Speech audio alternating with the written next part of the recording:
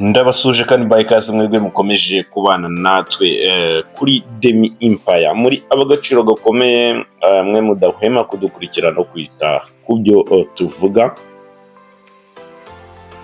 Mu by'ukuri nta kintu kirenze kurusha ibindi usibye gukora subscribe. Gukora subscribe ni inkunga ikomeye mu bikorwa byacu bya buri munsi.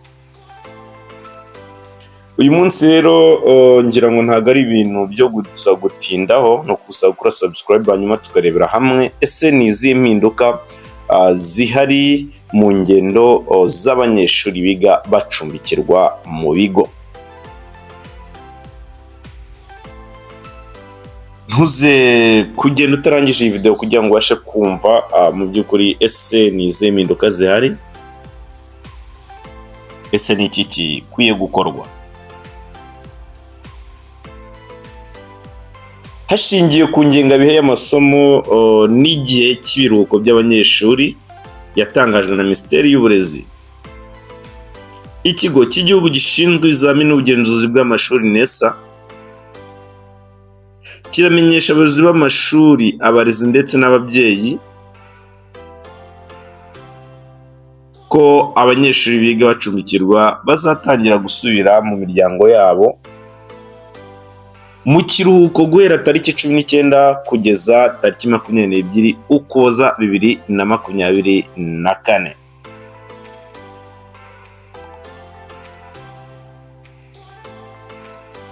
Biragira biti kuwa kane tariki ya 19 Ukuboza 2024 hazataha abanyeshuri biga mu bigo by'amashuri biherereye mu turere dukurikira: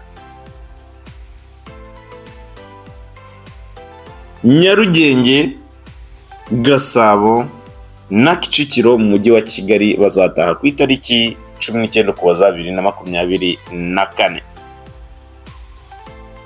Muhanga na Nyaruguru mu ntara y'Amajyepfo nabo bazataha ku itariki 19 Ukuboza 2024. Si ibyo byonyine, hari Ngororero mu ntara y'Iburengerazuba nabo ni ku itariki 19 Ukuboza 2024. Mu ntara y'Amajyaruguru kuri iyo tariki hazataha akarere ka Musanze na Burera, ndetse mu ntara y'Iburasirazuba tariki 19 Ukuboza 2024 azataha akarere ka Nyagatare, abataha mu karere ka Nyagatare ndetse na Gatsibo abigamo.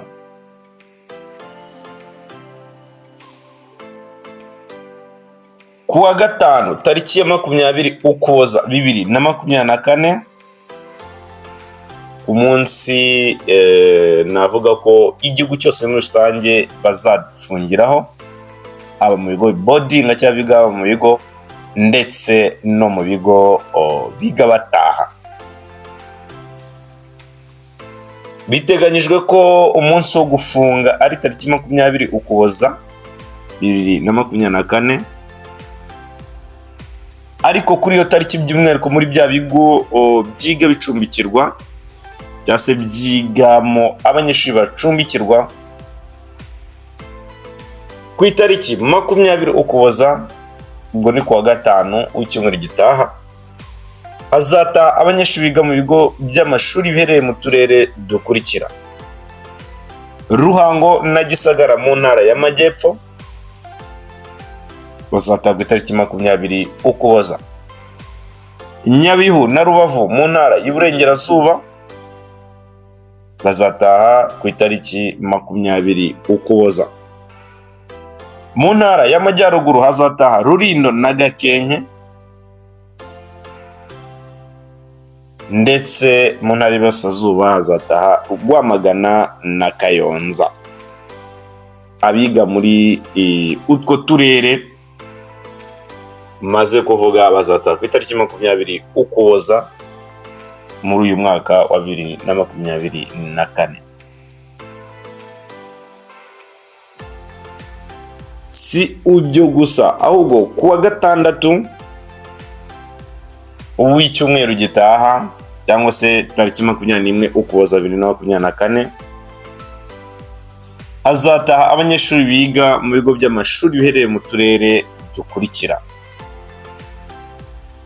Hazataha abanyeshuri mu ntara y'Amajyepfo biga mu karere ka Huye na Nyamagabe, kandi kuri iyo tariki 21 z'ukwezi kwa 12 2024 hazataha abo mu Burengerazuba biga mu turere twa Karongi na Rutsiro,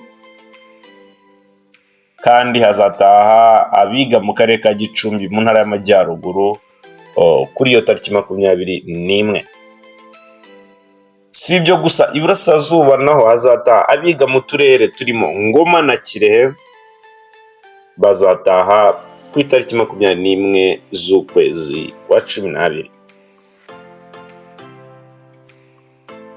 Ku cyumweru tariki 22 Ukuboza 2024 hazaba hakiri gutaha abanyeshuri, kuko kuri icyo cyumweru kuri 22 Ukuboza 2024 hazataha abanyeshuri biga mu bigo by'amashuri biherereye mu turere dukurikira. Hazataha ibigo by'amashuri biherereye mu Majyepfo mu turere turimo Nyanza na Kamonyi, kandi kuri iyo tariki hazataha uturere duherereye mu Burengerazuba turimo Rusizi na Nyamasheke. Si ibyo gusa, mu ntara y'Iburasirazuba hazataha abanyeshuri biga mu karere ka Bugesera, ni kuri iyo tariki 22 z'ukwezi kwa 12. Amashuri arasabwa kubahiriza ingengabihe ngendo uko iteganyijwe, kohereza abana hakiri kare kugira ngo bagere mu miryango yabo butarira kandi bambaye umwambaro w'ishuri. Ababyeyi basabwe guha abana babo amafaranga y'urugendo azabageza mu rugo. Abashinzwe uburezi mu turere no mu mirenge barasabwa gukurikirana igikorwa cyo gusubiza abanyeshuri mu miryango yabo, no gukurikirana ko amashuri yohereje abanyeshuri mu miryango yabo ku gihe. Mu rwego rwo korohereza abanyeshuri mu ngendo, abanyeshuri bahagurukira i Kigali n'abandi banyura i Kigali berekeza mu zindi ntara bazafatira imodoka kuri stade ya Kigali Pele Stadium i Nyamirambo zibajyana mu miryango yabo aho bataha. Nyuma ya saa 9 z'amanywa stade izaba ifunze, nta munyeshuri wemerewe kuzinjira ngo abashe gutaha iwabo. Iri tangazo ryasinyweho na Rwanda Education Board, n'ikigo cy'igihugu gishinzwe ubugenzuzi n'ibizamini gishinzwe ibizamini n'ubugenzuzi bw'amashuri NESA. Itangazo risinyweho na Dr. Bahati, umuyobozi mukuru.